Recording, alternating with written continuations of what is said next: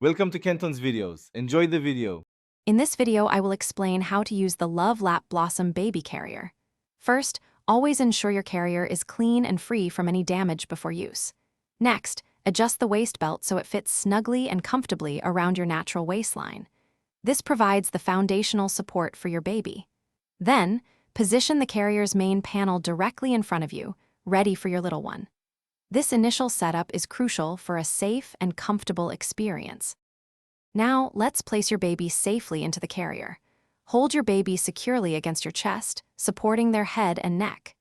Gently guide each of your baby's legs through the designated leg openings, one at a time. It is vital to ensure your baby is in an ergonomic M position, with their knees higher than their bottom. This supports healthy hip development and provides maximum comfort for your little one. With your baby in place, it is time to secure them. Bring the shoulder straps over your shoulders, one at a time, ensuring they are not twisted. Next, reach behind you and connect the chest clip, sliding it up or down to a comfortable position between your shoulder blades.